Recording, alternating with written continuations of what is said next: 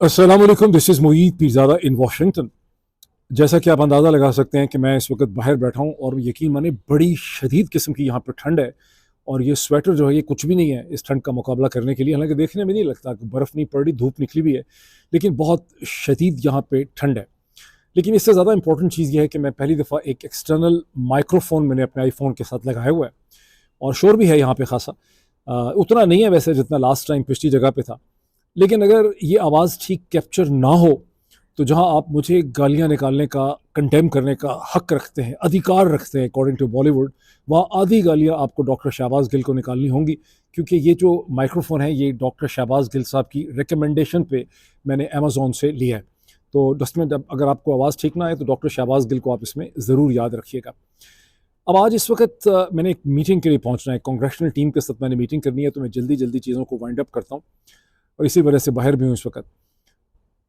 पाकिस्तान के हवाले से बहुत सी डेवलपमेंट्स हैं, 3 या 4 तो बहुत इंटरेस्टिंग डेवलपमेंट्स जो है मैं आपके सामने रखूँगा, जिससे आपके 14 तबक जो है वो रोशन हो जाएंगे और पूरे पाकिस्तान की पॉलिटिक्स की जो इस वक्त एक सेंस ऑफ डायरेक्शन है वो भी आपके सामने आ जाएगी। डेवलपमेंट्स वैसे बहुत ज़्यादा हैं और उनमें से एक बहुत इंटरेस्टिंग डेवलपमेंट वो भी है जहाँ former prime minister of Pakistan, the 22nd prime minister of Pakistan जनाब इमरान खान जो हैं, उन्होंने पाकिस्तान के चीफ जस्टिस जनाब काजी फ़ायज़ ईसा साहब के नाम एक 8 पेज का ख़त लिखा है, जो मेरा ख्याल है उनके वकला ने लिखा है, जिसमें उन्होंने काजी फ़ायज़ ईसा साहब को उनकी ज़िम्मेदारियों का एहसास दिलाने की कोशिश की है ड्यू प्रोसेस ऑफ लॉ के हवाले से। लेकिन इससे पहले कि मैं इसकी तफ़सीलात आपके सामने रखूँ, मैं एक इंतहाई इम्पोर्टेंट जो इंटरनेशनल डेवलपमेंट है उसका ज़िक्र भी आपके सामने करना चाहता हूँ। उसके उससे उसके उसके उसके साथ जो लिंक्ड एक अजीब व गरीब किस्म की सेंटिमेंटलिटी है इस वक्त अमेरिका के अंदर और पूरी दुनिया में, लेकिन ख़ास करके अमेरिका के अंदर, क्योंकि अमेरिका के हवाले से उसको समझना बहुत इंपॉर्टेंट है, वो भी मैं आपके सामने रखना चाहता हूँ। और ये वो डेवलपमेंट है जहाँ अमेरिका की पोस्ट वर्ल्ड वॉर, बल्कि कहें कि 20वीं सदी के सबसे इम्पोर्टेंट सेक्रेटरी ऑफ स्टेट, वज़ीर ख़ारजा जनाब डॉक्टर हेनरी किसिंजर की गुज़िश्ता 24-18 घंटे के अंदर उनकी रहलत होती है, उनकी डेथ होती है। और उनकी डेथ पे इज़हार अफ़सोस करने वाले मेरा ख्याल 5% हैं। वैसे तो उन्होंने 100 बरस की उम्र पाई है, पूरी सेंचुरी उन्होंने कंप्लीट की, तो इज़हार मतलब अफ़सोस तो बनता नहीं है, बहुत लंबी उन्होंने उम्र पाई, लेकिन बहुत शानदार उनकी एक ज़िंदगी थी। लेकिन जैसा कि हमारे यहाँ इस्लाम में है, ये जुडिज़म में है, ये क्रिश्चियनिटी में है, ख़ास करके इस्लाम में है कि आप किसी की रहलत और किसी की वफ़ात को उस पे जश्न नहीं मनाते। लेकिन अमेरिका में सूरत हाल अगर आप सोशल मीडिया पे देखें, अमेरिका की यूनिवर्सिटीज़ में देखें, कॉलेज कैंपसेस में देखें, तो वहाँ पर एक खुशी का समा है कि हेनरी किसिंजर जो है वो फाइनली मर गया है। हालांकि बात बड़ी मुनाफिकाना है, बिकॉज वो 100 बरस की उम्र में उन्होंने वफ़ात पाई है। और इस सेंटिमेंटलिटी का हिस्सा बाकी सबको तो छोड़े, मेरी अपनी बेटी जो भी 18 बरस की हुई है और एक अमेरिकन कॉलेज में है, she was the first one जिसने आके हेनरी किसिंजर की वफ़ात की खबर मुझे सुनाई और बड़ी खुशी से सुनाई, बड़ी ग्लीफुली। और उसकी जो खुशी थी वो अमेरिकन कॉलेज कैंपस की जो सेंटिमेंटलिटी थी उसको वो रिफ्लेक्ट करती थी, जिसमें कहा कि आखिरकार हेनरी किसिंजर है, उसकी डेथ हो गई। उसके बाद मेरी बेटी ने मुझे हेनरी किसिंजर के जो जुराइम हैं दुनिया के ख़िलाफ़, इंसानियत के ख़िलाफ़, लातीनी अमेरिका के ख़िलाफ़, मशरक़ वस्ती के ख़िलाफ़, इंडोनेशिया के ख़िलाफ़, साइप्रस के ख़िलाफ़, तुर्की के ख़िलाफ़, चिले के ख़िलाफ़, जहाँ इसे कहते हैं अलंदे का तख्ता उल्टा हेनरी किसिंजर ने, कैम्बोडिया, लाओस की बमबारी, पूरी एक लंबी दास्तान जो है बगैर नॉन स्टॉप। मैंने कई दफ़ा अपनी बेटी को रोकने की कोशिश की कि देखो खाली ये मामला इतना सादा नहीं है, इतना सिंपल नहीं है। Henry Kissinger was a great realist, he was a thinker, उसकी एक अपनी थिंकिंग थी, उस थिंकिंग के हिसाब से उसने काम किया। लेकिन मेरी बेटी का एक नॉन स्टॉप लेक्चर था, उसी तरह से जैसे उसने हम सब के स्टारबक्स में जाने में या मैकडोनल्ड में जाने पर पाबंदी लगाई हुई है, बिकॉज स्टारबक्स और मैकडोनल्ड जो है उन्होंने चूँकि इसराइल की जो जंग है गाज़ा में उसको सपोर्ट किया है, इसलिए इस वक्त अमेरिका के कॉलेज कैंपसेस में एक बड़ी प्रेडोमिनेंट फीलिंग है। और जिसकी वजह से स्टारबक्स की किसी हद तक मैंने पता भी किया है कि किसी हद तक जो उनकी जो कस्टमर्स हैं उसके बेस में थोड़ी सी कमी भी हुई है। और एक दिन पहले आपने शायद ये देखा हो सोशल मीडिया पे, मैंने ट्वीट भी किया था कि जब Hillary Clinton, another former secretary of state, जब पहुंचती हैं कोलंबिया यूनिवर्सिटी में, school of international public affairs में, जहाँ से मैंने भी पढ़ा है सीपो में, तो उनको बहुत उनके ऊपर हुटिंग होती है, बहुत ज़्यादा बड़ी, वो गर्दन दबा के वहाँ से निकलती हैं और मैं पूरे उस सीन को मैं आइडेंटिफाई कर सकता था। लेकिन हेनरी किसिंजर के बारे में और उसकी जो कंट्रोवर्शियल लाइफ है और उसके इस स्टेज के ऊपर चले जाने के बारे में मैं चंद अल्फाज कह के मैं इसमें से निकलना चाहता हूँ। देखिए, इर्रेस्पेक्टिव ऑफ द फैक्ट कि हेनरी किसिंजर बहुत ही कंट्रोवर्शियल पर्सनालिटी, इसमें कोई शक नहीं है, कि हेनरी किसिंजर, और ये बड़ा एग्जाम्पलीफाई हुआ है, बड़ा खुल के ये बात सामने है कि हेनरी किसिंजर को खुद अमेरिकन पॉलिटिक्स ने, left of the centre politics ने, अमेरिकन कॉलेज ने, कैंपस ने, ज़राए इब्लाग ने, ह्यूमन राइट ऑर्गेनाइजेशंस ने हेनरी किसिंजर को कितने मतनाज़ा शख्सियत की हैसियत से देखा। लेकिन हेनरी किसिंजर का कद बहुत बड़ा है। हेनरी किसिंजर 20th सेंचुरी की एक बहुत ही इम्पोर्टेंट शख्सियत हैं। अमेरिका की फॉरेन पॉलिसी में, अमेरिका की पॉलिटिकल थिंकिंग के अंदर हेनरी किसिंजर का बहुत इंपॉर्टेंट रोल है। अमेरिकन फॉरेन पॉलिसी के अंदर, अमेरिकन एक्सरसाइज ऑफ पावर में दो पर्सनालिटीज़ जो हैं उनको बहुत इम्पोर्टेंट, वैसे तो बहुत इंपॉर्टेंट पर्सनालिटीज़ गुजरी हैं, मैं इस तरह आसानी से मैं सम अप नहीं कर सकता, लेकिन दो पोल्स आप देख सकते हैं अमेरिकन फॉरेन पॉलिसी के। एक तरफ में आपको अमेरिकन प्रेसिडेंट वुड्रो विल्सन नज़र आते हैं, जब आप इस वक्त प्रो पैलेस्टीनियन मुजाहरे अमेरिका के अंदर देखते हैं, जब अमेरिका के अंदर आप ट्विटर के अंदर बेतहाशा सैकड़ों लोगों को देखते हैं जो इसराइल के एक्शंस को और अमेरिकन गवर्नमेंट की जो बेहसी है उसे क्रिटिसाइज़ करते नज़र आते हैं, तो इसको आप वुड्रो विल्सन से ताबीर कर सकते हैं, जो एक अमेरिकन प्रेसिडेंट हैं in the beginning of 20th century, जिनकी वजह से आप कह सकते हैं कि लीग ऑफ नेशंस और उसके बाद अक़वाम मुत्तहिदा मारज़ वजूद में आता है। उनके बड़े पावरफुल आइडियाज़ थे, जो एक ह्यूमैनिटेरियन स्कूल ऑफ थॉट, जिसको एक आइडियलिस्ट स्कूल ऑफ थॉट कहा जाता है, जो ये कहता है कि आपके पास वैल्यूज़ होनी चाहिए दुनिया को चलाने के लिए, और सिर्फ ताकत का एक्सरसाइज का जो है ना, पावर की एक्सरसाइज जो है ये काफ़ी नहीं है। दूसरी तरफ आपके सामने हेनरी किसिंजर आते हैं, जो कहते हैं कि आपने ग्लोबल ऑर्डर को शेप करना है थ्रू द पावर, और एक रियलिस्टिक, जिसको रियल पॉलिटिक फ्रेमवर्क कहते हैं। अब ज़ाहिर है कि पाकिस्तान में इस वक्त जो लोग, मैं पहले कहा करता था एक ज़माने में, मुझे गलतफहमी थी कि जो लोग CSS करते हैं वो कोई शायद थोड़ा बहुत उनके दिमाग पे फ़र्क पड़ता है या उससे कोई पढ़ने लिखने का कोई फ़ायदा, मुझे समझ आई कि उसका कोई भी फ़ायदा नहीं है। और ख़ास करके जो लोग district management, police, custom, income tax वगैरह में जाते हैं, उनको ज़िंदगी में वो जो CSS का इम्तिहान है उसका कतई तौर पर फ़ायदा नहीं होता। वो सिर्फ 3-4-5 महीने की एक बेकार किस्म की एक्सरसाइज होती। लेकिन वो लोग जो पाकिस्तान के अंदर फ़ॉरेन सर्विस में सर्व कर रहे हैं और जो फ़ॉरेन सर्विस में का इम्तिहान देते हैं, उसके लिए CSS में आते हैं, ये हिंदुस्तान के अंदर हैं, या जो लोग इंटरनेशनल रिलेशन सीरीज़ली पढ़ना चाहते हैं, उसके अंदर PhD करना चाहते हैं, उनके लिए डॉक्टर हेनरी किसिंजर की जो किताबें हैं वो बहुत इंपॉर्टेंट हैं। ऑफ ऑल द बुक्स मैं सबसे ज़्यादा जिसको रेकमेंड करूँगा उसमें डिप्लोमेसी है, जो 19th सेंचुरी और 20th सेंचुरी की जो रियल पॉलिटिकल फ्रेमवर्क है, पावर पॉलिटिक्स है, उसका वो एनालिसिस है, जहाँ पे हेनरी किसिंजर जो हैं वुड्रो विल्सन को भी क्रिटिसाइज़ करते हैं in the beginning of 20th century, कि क्यों वुड्रो विल्सन का जो पावर एक्सरसाइज का फ्रेमवर्क है वो सही नहीं है। लेकिन वो ये साथ एतराफ़ भी करते हैं कि वुड्रो विल्सन की जो आइडियलिज्म है उसने दुनिया को शेप करने में एक बड़ा इम्पोर्टेंट रोल जो है वो प्ले किया। और उसके अलावा वो पूरा एक एनालिसिस करते हैं कि किस तरह से एक्चुअली पावर अपने आप को एक्सरसाइज करती है, पावर दुनिया को शेप करती है। तो डिप्लोमेसी एक बहुत इंपॉर्टेंट किताब है हर स्टूडेंट के लिए जो इंटरनेशनल रिलेशंस पढ़ना चाहते हैं। It's a difficult book, it's a big book, लेकिन उसके अगर आप 200-300-400 सफ़े 200 सफ़े भी पढ़ लें तो आपको बड़ी अंडरस्टैंडिंग जो है हो जाती है। और दुनिया भर के जो अच्छे इंटरनेशनल रिलेशंस के स्कूल्स हैं, जैसे school of international public affairs है, कोलंबिया यूनिवर्सिटी का सीपा, वहाँ पर ये रिकमेंडेड बुक हुआ करती थी जब मैंने वहाँ पे अपना मास्टर्स प्रोग्राम किया। उसके अलावा जो उनकी किताबें हैं, उसमें ऑन चाइना जो उनकी रीसेंट किताब है, और वर्ल्ड ऑर्डर, ये दोनों बहुत ही इंपॉर्टेंट किताबें हैं। उसके अलावा जो बहुत उन्होंने बड़ी मोटी मोटी किताबें लिखी, White House years of peoples, वो भी बहुत अच्छी रिकमेंडेड बुक्स हैं। बहरहाल मैंने तकरीबन सारी पढ़ी हुई, अगर सारी कवर टू कवर नहीं पढ़ी तो बहुत हद तक मैंने उनकी बुक्स देखी हैं, इर्रेस्पेक्टिव ऑफ कि उनकी शख्सियत कितनी मतनाज़ थी और कितना ज़्यादा उनसे नफ़रत की गई है, जिसका मुझे एहसास पहले था, लेकिन उनकी डेथ के ऊपर जिस कदर नफ़रत का इजहार किया गया है उससे मुझे अच्छी तरह से अंदाज़ा है कि how controversial a personality he was, and rightly so, क्योंकि लाओस और कैम्बोडिया की बॉम्बिंग जिसमें हंड्रेड एंड थाउजेंड्स लोगों की डेथ हुई, उसमें हेनरी किसिंजर का अप्रूवल था। हेनरी किसिंजर और निक्सन की वो मीटिंग्स हैं। इसी तरह से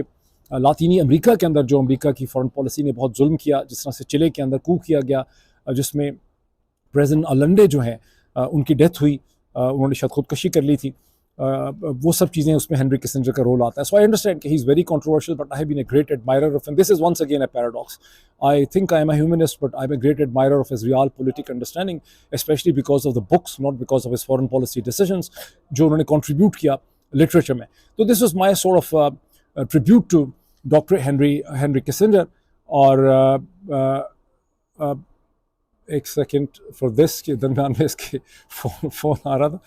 अच्छा, मैं आ रहा हूँ उस चीज़ के ऊपर जहाँ इमरान खान ने एक बहुत ही इम्पोर्टेंट ख़त लिखा है इसमें कोई शक नहीं है कि पाकिस्तान के करंट चीफ जस्टिस काजी फ़ायज़ ईसा साहब जो हैं, ही इज़ नॉट वो को बहुत ज़्यादा सिंपैथेटिक नहीं है इमरान खान के कॉज से, और उस वक्त उनकी ख़ास किस्म की पोजीशन है जो प्रेजेंट जो रजीम है उसको सपोर्ट करती है, वो प्रो इस्टेब्लिशमेंट है इस वक्त। लेकिन इमरान खान साहब ने फॉर रिकॉर्ड एक बहुत इंपॉर्टेंट ख़त लिखा है जिसमें चीफ जस्टिस को उनकी ज़िम्मेदारियों से उन्होंने आगाह किया है और उन्होंने बताया है कि किस तरह से इस वक्त पाकिस्तान में जो कुछ हो रहा है इसमें ड्यू प्रोसेस ऑफ लॉ जो है वो पूरी तरह से वॉयलेट हो चुका हुआ है, और तहरीक इंसाफ जो उनकी पार्टी है उसको किसी भी तरह से इस इलेक्शन में पार्टिसिपेट करने का कोई भी उसको उसको सही तरीके से इस इलेक्शन में पार्टिसिपेट करने का मौका नहीं मिल रहा। इसमें उन्होंने उन गिरफ्तारियों का, उन डिटेंशंस का, उन प्रेस कॉन्फ्रेंसेस का, उन टीवी प्रोग्राम्स का, उन इंटरव्यूज़ का, उनकी पार्टी के लोगों का अगवा होना, गिरफ्तार होना, फिर दूसरी पार्टीज़ में ज्वाइन करना, इन तमाम चीज़ों की उन्होंने निशानदही की है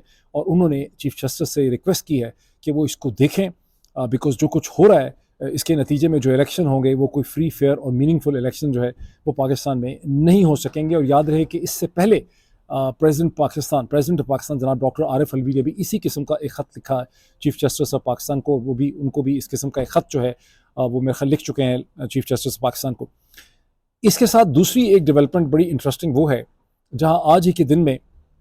इस्लामाबाद हाई कोर्ट के एक डिविजनल बेंच के सामने जैसे चीफ जस्टिस आमिर फारूक साहब और उनके साथ जस्टिस जनाब तारिक महमूद जहांगीरी जो हैं उसे हेड कर रहे थे, वहाँ पर लतीफ़ खोसा और बाबर रहमान जो हैं वो इमरान खान के वकला की हैसियत से पेश हुए और तोशा खाने के केस में, ये वही है जिसका मैंने अपने पिछले वीलॉग्स में बहुत जिक्र किया। और वहाँ उनके इसमें उन्होंने इसकी समाअत का पहला दिन था जिसमें उन्होंने उनसे ये इस्तदा की कि इसके इमरान खान की इस केस में जो इसमें उनकी सज़ा है उसको पहले ही सस्पेंड किया जा चुका है, सेंटेंस को सस्पेंड किया जा चुका है, लेकिन उनकी कन्विक्शन को सेट असाइड नहीं किया गया था और उनसे कहा किया गया कि given the overwhelming sets of circumstances, बहुत से उन्होंने जुडिशियल रेफरेंसेस उनके सामने रखे कि आपको इमरान खान की जो सज़ा जो कन्विक्शन है उसे सेट असाइड करना चाहिए ताकि इमरान खान को रिहाई मिल सके, इमरान खान बाहर आ सकें और जो इलेक्शन है उसमें वो पार्टिसिपेट कर सकें, और इंट्रा पार्टी इलेक्शन जिसके लिए इलेक्शन कमीशन ऑफ पाकिस्तान ने 20 दिन दिए थे उसमें भी वो पार्टिसिपेट कर सकें। वहाँ पर अब बड़ा इंटरेस्टिंग बात है कि वहाँ पर अमजद परवेज़ साहब जो है, ये क्यों इंटरेस्टिंग है मैं भी आपको एक्सप्लेन करता हूँ, शायद आपको एहसास ना हुआ। वहाँ पर इलेक्शन कमीशन ऑफ पाकिस्तान को बिहाफ पे वहाँ पर प्रेजेंट हुए जनाब अमजद परवेज़ साहब, प्रोसिक्यूशन को उन्होंने वहाँ पे रिप्रेजेंट किया बिकॉज ये केस जो है तोशा खाने का, ये इलेक्शन कमीशन ऑफ पाकिस्तान का केस था। और वहाँ पर अमजद परवेज़ साहब ने कहा कि मुझे इस पर प्रिपेयर, उसका उन्होंने जवाब मांगा चीफ जस्टिस ने, तो अमजद परवेज़ साहब ने कहा कि मुझे इसके लिए कम से कम 2 हफ्ते का टाइम दे दें। अंदाज़ा लगाएंगे 20 दिन तो टोटल थे, जिसमें से 3-4 दिन गुजर चुके हैं। अमजद परवेज़ साहब ने कहा कि मुझे इसमें आप 2 हफ्ते का टाइम दे दें। उसके बाद कोई टाइम मुकर्रर नहीं किया चीफ जस्टिस साहब ने, उन्होंने अमजद परवेज़ साहब को कहा कि आप जल्द अज़ जल्द, यानी उन्होंने ये नहीं कहा कि आप 1 हफ्ते में करें, 2 दिन में करें, 3 दिन में करें, 4 दिन में करें। जब मुझे पता चला तो मुझे खासी परेशानी हुई और मैंने 1-2 रिपोर्टर्स के साथ इसको रिक्वेस्ट की कि मुझे कंफर्म करें कि क्या वाकई उन्होंने कोई टाइम नहीं दिया। तो उन्होंने कहा कि नहीं, चीफ जस्टिस साहब ने अमजद परवेज़ साहब को कोई टाइम नहीं दिया। उन्होंने कहा कि जल्द अज़ जल्द आप अपना जवाब जो है वो हमारे सामने जो है वो प्रेजेंट कर दें। अब इसमें एक बड़ी इंटरेस्टिंग चीज़ है, वो ये बात है कि अमजद परवेज़ साहब का नाम आपने बहुत सुना होगा। यहाँ पर अमजद परवेज़ साहब इलेक्शन कमीशन के वकील की हैसियत से प्रोसिक्यूशन की साइड से प्रेजेंट हुए इमरान खान के ख़िलाफ़। दूसरी तरफ यही अमजद परवेज़ साहब हैं जो नवाज़ शरीफ साहब के वकील हैं,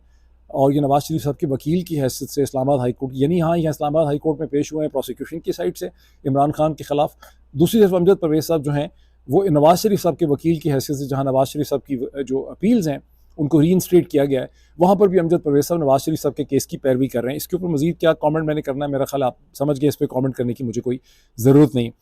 एक और डेवलपमेंट वो है जहाँ इलेक्शन कमीशन ऑफ पाकिस्तान के सामने ही, अब देखें इलेक्शन कमीशन का बड़ा जिक्र आ रहा है, इलेक्शन कमीशन ऑफ पाकिस्तान के सामने इमरान खान के वकील शोएब शाहीन साहब प्रेजेंट होते हैं और वहाँ पर इलेक्शन कमीशन जो है वहाँ पर इलेक्शन कमीशन शोएब शाहीन साहब ये मुतालबा करते हैं कि इलेक्शन कमीशन के सामने इमरान खान का जो केस है उसके लिए इमरान खान साहब को इलेक्शन कमीशन के सामने प्रेजेंट किया जाए। ये मामला बड़े दिनों से चल रहा है, लेकिन इलेक्शन कमीशन वहाँ पे ये कहता है कि चूँकि मिनिस्ट्री ऑफ इंटीरियर हमें बताया है कि इमरान खान की यहाँ प्रेजेंटेशन नहीं हो सकती, इसलिए हम इसके ऊपर गौर कर रहे हैं कि इलेक्शन कमीशन जो है इस केस की पैरवी करने के लिए, और ये केस कौन सा केस है, ये वो केस है जहाँ पर इमरान खान, असद उमर और फवाद चौधरी जो है उनके ऊपर ये इल्ज़ाम है कि उन्होंने इलेक्शन कमीशन की तौहीन की, और ये 1.5 बरस से केस चल रहा है जिसके ऊपर अभी तक इंडाइटमेंट या फ़र्द जुर्म आयद जो है वो नहीं हो सकी।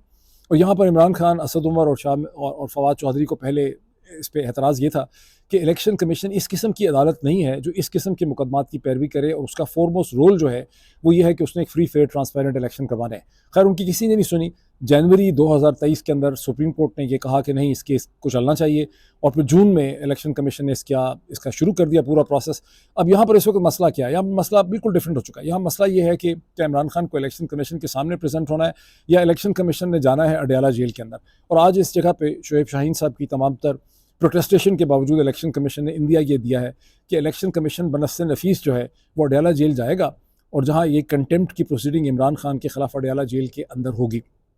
इसकी इम्पोर्टेंस ज़रा देखें क्या है।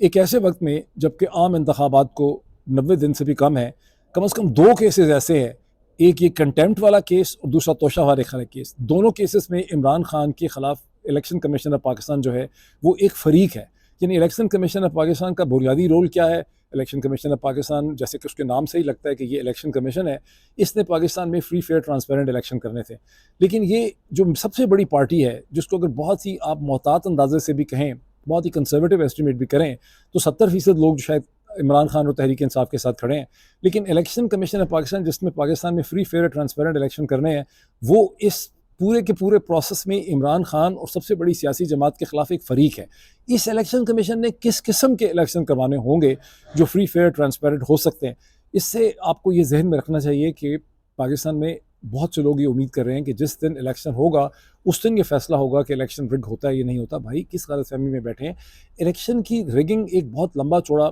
डिटेल्ड किस्म का कॉम्प्रिहेंसिव प्रोसेस है, और ये रिगिंग आपके सामने हो रही है। अगर आपने इस रिगिंग को रोकना है, अगर पाकिस्तान के ज़राए इब्लाग ने, अखबारात ने, डॉन ने, ट्रिब्यून ने, ह्यूमन राइट ऑर्गेनाइजेशंस ने, इलेक्टोरल ऑब्जर्वर्स ने, पाकिस्तान की डायस्पोरा कम्युनिटी ने, पाकिस्तान की वकला बरादरी ने, बार एसोसिएशंस ने, सियासी जमातों ने इस इलेक्शन की रिगिंग को रोकना है, तो अभी आपने इस इलेक्शन की रिगिंग को रोकना है। ये इलेक्शन की रिगिंग आपने 8 तारीख की मॉर्निंग में, 8 फरवरी 2024 की मॉर्निंग में जाकर आपने इलेक्शन की रिगिंग जो है वो नहीं रोकनी, आपने उससे पहले रोकनी। अब मैं आखिरी डेवलपमेंट की तरफ आ जाऊँ।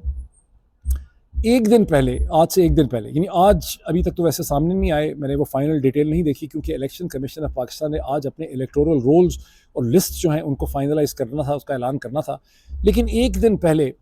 इलेक्शन कमीशन ऑफ पाकिस्तान के सामने 2 पिटिशंस आ जाती हैं। एक उनमें से कम बलूचिस्तान में आती है, और ये दोनों पिटिशंस जो हैं यहाँ पर ये इलेक्शन कमीशन से ये सदा की जाती है कि नामुसाइद हालात की वजह से इलेक्शन को, 8 फरवरी के इलेक्शन को डिले करना चाहिए। और एक पिटिशन जो कम से कम बलूचिस्तान से है, ये 2 ख़वातीन हैं, इसमें जो ख़ातून इसको जो पिटिशनर हैं और उनकी वकील दोनों ही जो हैं वो ख़वातीन हैं। और ये यहाँ पे इस्तदा ये की जाती है कि चूँकि सर्दी बहुत है, बहुत से जो डिस्ट्रिक्ट हैं वहाँ पे बर्फ़बारी हो रही है, उसके अलावा दहशत गर्दी का बहुत ज़्यादा ख़तरा है, इसलिए ये जो इलेक्शंस हैं इन्हें मुलतवी करना उनको करना चाहिए। अच्छा, एक इसमें बड़ा इंटरेस्टिंग इलेक्शन कमीशन ने इसका बड़ा धंधा किस्म का जवाब दिया है। कल उन्होंने कहा है कि सब बकवास है, इलेक्शन किसी भी सूरत में डिले नहीं हो सकते। इलेक्शन के रूल्स जो हैं, उन्होंने तो 30 नवंबर को इलेक्शन के रूल्स और उसकी जो सारी लिस्ट्स हैं वो नादरा से प्रिंट हो रही हैं, और उनकी डिस्पैच का काम डिस्ट्रिक्ट में शुरू हो चुका है। और इस स्टेज के ऊपर तो ये बात बड़ी ये इसका कोई सवाल नहीं पैदा होता। कम से कम ये इस वक्त ऑफिशियल पोजीशन है इलेक्शन कमीशन ऑफ पाकिस्तान की। लेकिन फिर जहन में सवाल उठता है कि ये पिटिशंस कहाँ से आ रही हैं, और ख़ास करके जब आप देखते हैं कि ये पिटिशंस जो हैं ये बलूचिस्तान से आ रही है, और बलूचिस्तान ने पाकिस्तान की मौजूदा सियासत के अंदर, अगर आप देखें कि इस वक्त पाकिस्तान के जो interim care taker prime minister है वो बलूचिस्तान से हैं, जनाब अनवारुल हक काकड़ साहब। पाकिस्तान के इस वक्त जो